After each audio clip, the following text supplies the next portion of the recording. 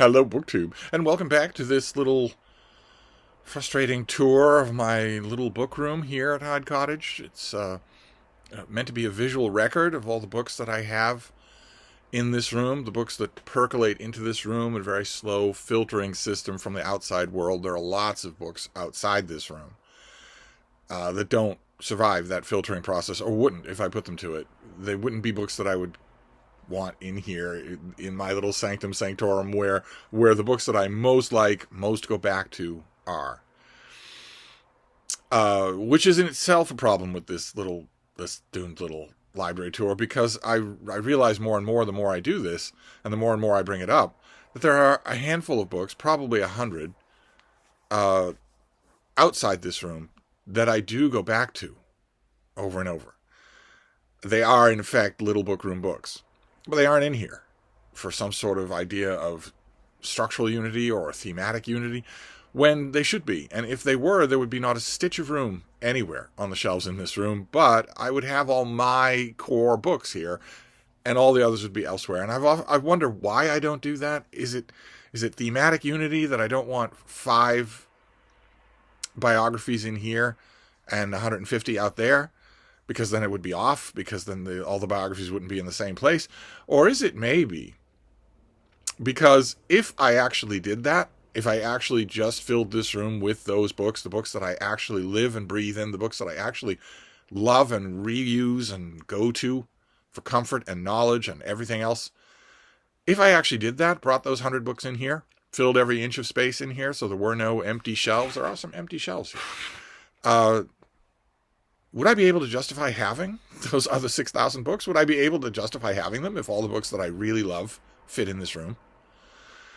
I don't know what the reason is. I don't know what is the reasoning, but we have a couple more shelves to do on this one bookcase, and we can at least do that until I figure out what I want to do here. So we'll go on to this next shelf, which has 2 Transwise books. The first one is a red spine vintage classic. These are lovely. These red spine vintage classics, they are really eye-catching. I wish I had a lot more of them than I do. There's a huge library of them, but I never see them secondhand. And this is what I mean. That's the way they look. And this is the Sea by Iris Murdoch, with this vintage and then whatever the author's name is in white on the cover. And I have just a handful of these. I have, thanks to one of you, I have Christopher Isherwood, Christopher and His Kind. I have the collected stories of John Cheever, but I never see these things. And this is a little bit odd because one of you very kindly sent me all of Iris Murdoch in the Penguin trade paperbacks that I really, really like. And those are the ones that I used for my systematic reread of Iris Murdoch. So not this one. This is a double. It's not a double for this room. But what's this next? Oh, okay. All right. Well, this is a great book. This is not going to be of interest to many people.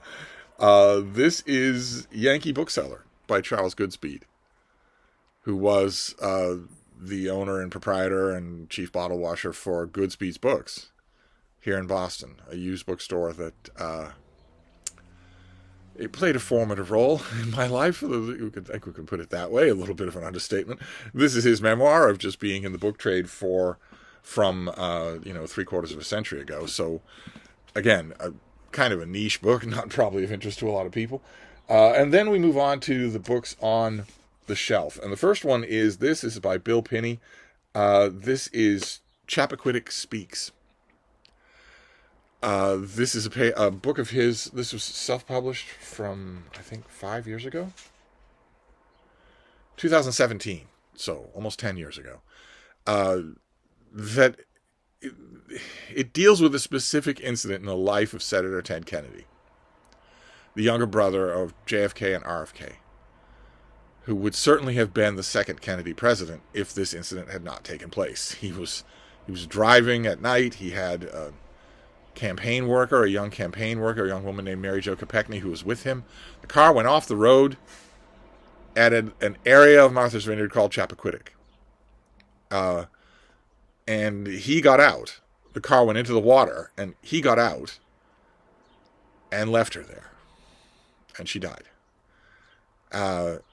And There's a great book on this subject, Senatorial Privilege. This is a much later book in which Bill Pinney puts forward a theory of his own of what happened that night, reconstructing things in what ends up being a fanciful way. And so this is not by any means the definitive word on the subject. In fact, I think this book is wrong on a lot of points. It's very well done. It's very well written. But I don't think it reconstructs that night at all. But it's in this, you might think, well, okay, senatorial privilege is not in this room, and this thing is. Why is that? Well, first of all, senatorial privilege should be in this room, but this is in here because random circumstance, years and years later, gave me a chance to review this book for the Martha's Vineyard Gazette, the newspaper of Martha's Vineyard, the paper that Ted Kennedy read the day before the incident at Chappaquiddick and the day after, the paper that everybody on the Vineyard reads. That's the only reason that this is in here, and that's not a really good reason when you think about it. When you think about it, that review should probably go in my journal for 2017. The clipping of it should go in my journal, and the book should not be here. Maybe I'll address that sometime. Who knows? Then we have a historical novel. This is God Knows by Joseph Heller. This is great. It's the story of King David, told with a very modern sensibility in time, in parts. Joseph Heller is known for Catch-22, and it took a pile of money to write a sequel to Catch-22, which ought to be forgotten. He ought not to have done it. And he wrote a lot of other books. I mean, he's known for Catch-22, and he always will be, but he wrote a lot of other books, and a lot of those novels, Good as Gold, Something Happened, are really good. They're really good novels. But nothing I think that he ever wrote approaches this for wisdom. Not just intelligence, which he brings to every book brought to every book that he writes, but wisdom. I grudgingly say it because he wasn't a wise man. But there's wisdom shot all through this book. I have recommended it to you a million times. I have also done a read-along of it. I haven't read it out loud because it's still in copyright, but I would love to. But I've given it a lot of attention on and off, maybe midrash, so it definitely belongs in here. Okay, then we have Lawrence and Maria Averill. This is Pie for Breakfast. This is their little memoir of country life. We've gone through this before. We've seen a number of these. This came out in 1953, and we've seen a number of books like this, all right at the same time, all responses to the depression of post-war workers realizing that the world has become so incredibly mechanized and soulless, and that we long for a simpler time. We long for the country. So you get a ton of books that we have seen here about whether it's old rural Cape Cod or the woods of Maine or whatnot. And this is one of those books. Charming. Most of those books are charming. Let's see here. This next one is really skinny. Oh. Okay. Right. This doesn't really belong here. This is Some Odes of Pindar, translated by Richmond Lattimore. I don't think this was ever for sale. This is just an inset, probably in a textbook or something like that. And somebody put Bernard Knox's review of Karen Ross's translation of these same odes in here from the New York Review of Books. This, the reason I scowled is because I have a book. In fact, I'll leave this aside. I have a bookcase for literature of the classical world that we didn't do. We haven't done that yet in this room. But I one of the few attempts that I made at organization, I put all of those books together, or most of them. Probably some of them have wandered by now, and I obviously missed that one. Actually, it can go on the shelf because it's so small. It's not going to make any space. Oh, all right. This next one is a double. This is the paperback of the library book by Susan Orlean. This is the trade paperback with the deckled edges. This is a double because we saw it already. Did I keep it because I'm blurbed? Yes. Yeah, I kept it because I'm blurbed. Okay. Well, that, I guess, is a reason. It's not a good reason. I'm blurbed with a lot of great people, but they're named and I'm not. Yeah, this... This probably shouldn't be in here. I mean, definitely shouldn't have. I like the book, but I definitely shouldn't have 2 copies in here. It really is lovely, though. It really is a lovely book about libraries, in addition to a crime at a library. All right, this is a double too. Surely we've seen this before. Surely if I look, I can find where we've seen this before. This is Served Cold, a horror tube anthology. It's an anthology of horror stories centering around winter or the cold, written by booktubers, which is doubly and triply ironic. There's ironies all over this thing. Can I list all of them? Irony number 1, of course, is that almost all of the people who have stories published in this volume would, and here I'm not using hyperbole, they would literally rather die than watch my channel or give me a shake as a human being. It's not they don't watch my channel. It's not that they don't watch my channel because they're not interested in books. It's they don't watch my channel because they think I'm a bad person, and they have never examined why they think that. They have no idea why they think that. They have not given it a single second's thought. But they know it, and they also, I have come to learn, believe it with an absolutely fanatical devotion. They would literally rather die than change that belief. You could put a gun to their face and tell them, let Steve be your friend, let him reach out to you and give him a fair shake, or I'll blow your head off. And they would say, give me a minute to put my affairs in order. I'm not going to do that, so I'm done. So that's irony number 1, is that most of the people in this book actually think they hate me, which is an odd company for an anthology. Irony number 2, of course, is that there's no cold anymore. Freak events here and there, but the world is not going to have cold anymore for the next 100,000 years. So this feels already anachronistic. What's irony number 3? Irony number 3 is that I don't generally care for horror fiction. I wrote a horror story for this, but I don't generally care for it. I don't tend to read it on my own. Irony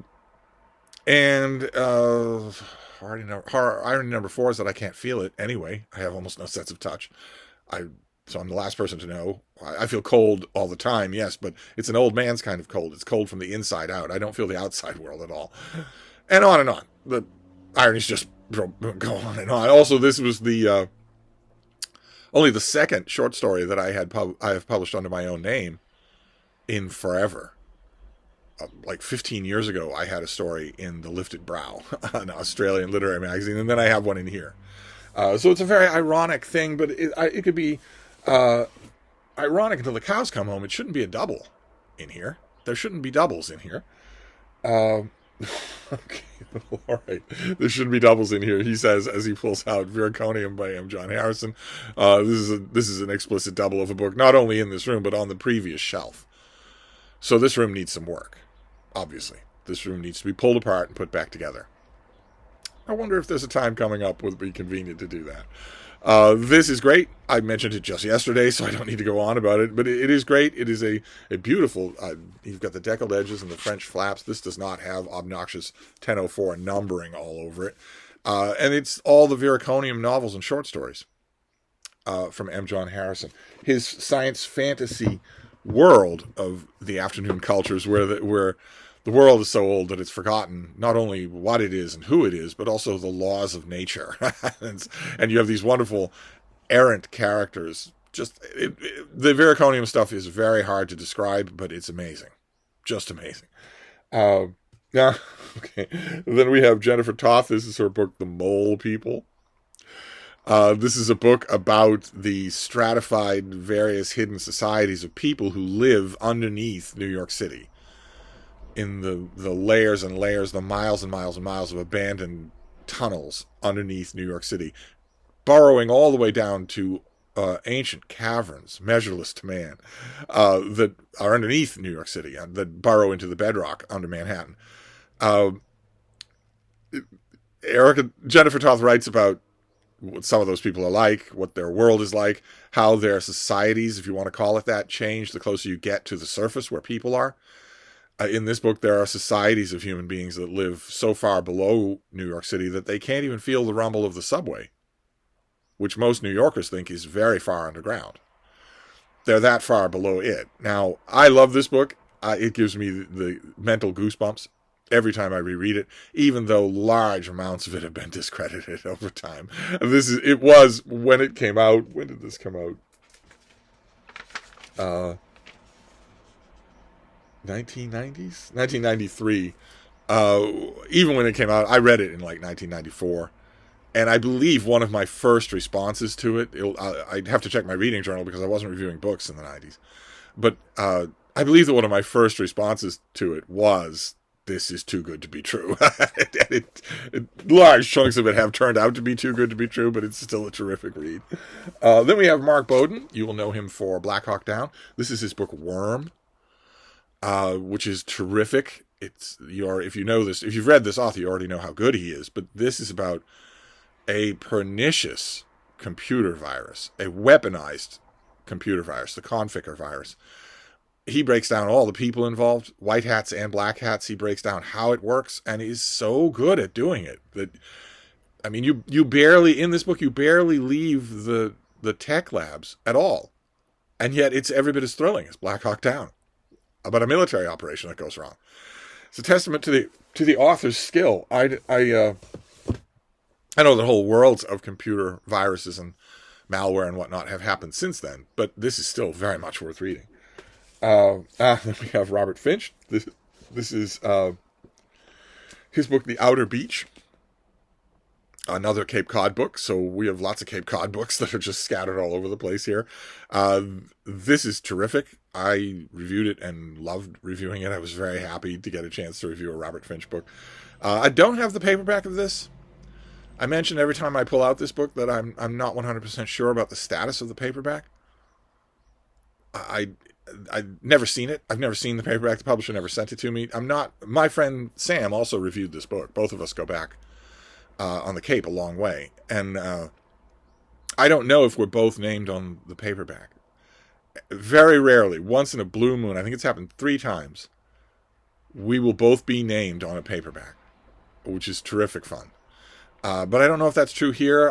I go back to this book, but I just go back to the hardcover that I have. This, because you get a galley copy, and then you get a hardcover, and then you review the hardcover, and then you put the hardcover on the shelf.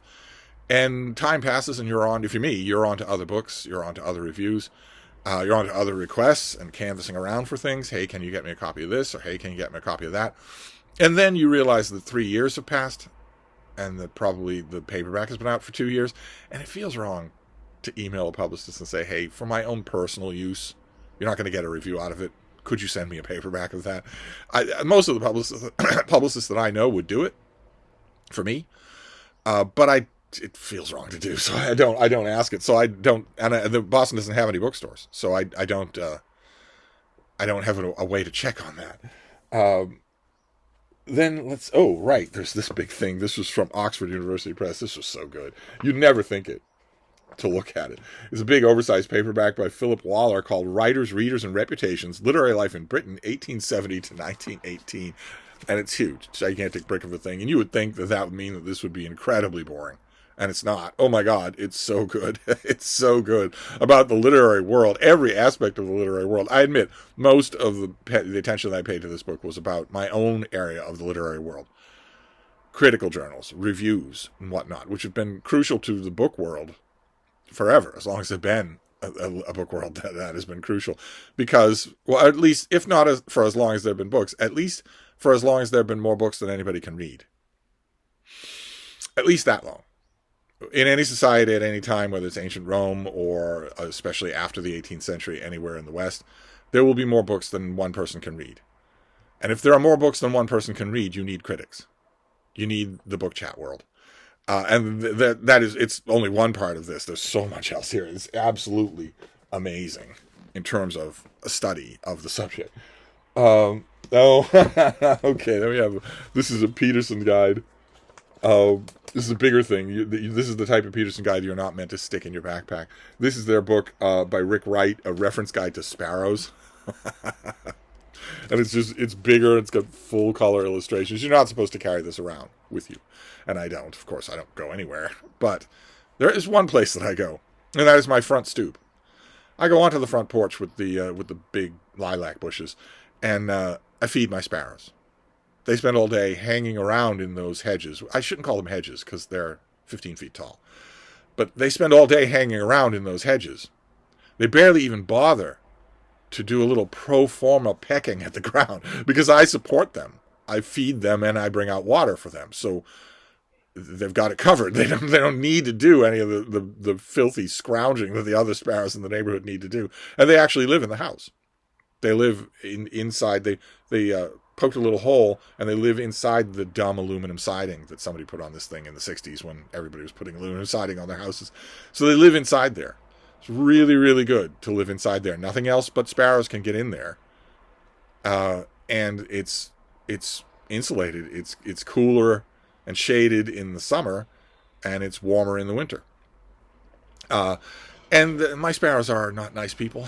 They are the Southies of the bird world. They would rather fight than eat. And they're always squabbling with each other, and they all squabble at me. The one time they show any unity is when I go out with food and I am a little bit late, because then they all squabble at me. And this is all about better behaved sparrows. This is about sparrows, and of course once I realized that I had sparrows of my own, that I've had them for generations, I started becoming interested in passerines just in general. And so I started looking around for natural histories of sparrows. Amazingly little, considering how ubiquitous they are nowadays. I found amazingly little. But so this Peterson guide, when it got to me in the mail, I was blown away. It was like they were reading my mind.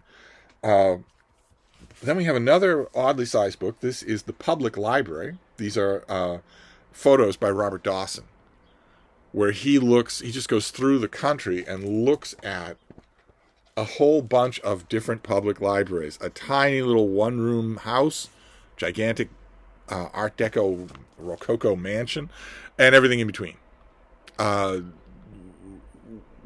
Profiling these places and telling you what they're about. I think I wrote about this book. But also, he profiles them and he tells you what they're all about, but this is also meant to sing the praises of public libraries.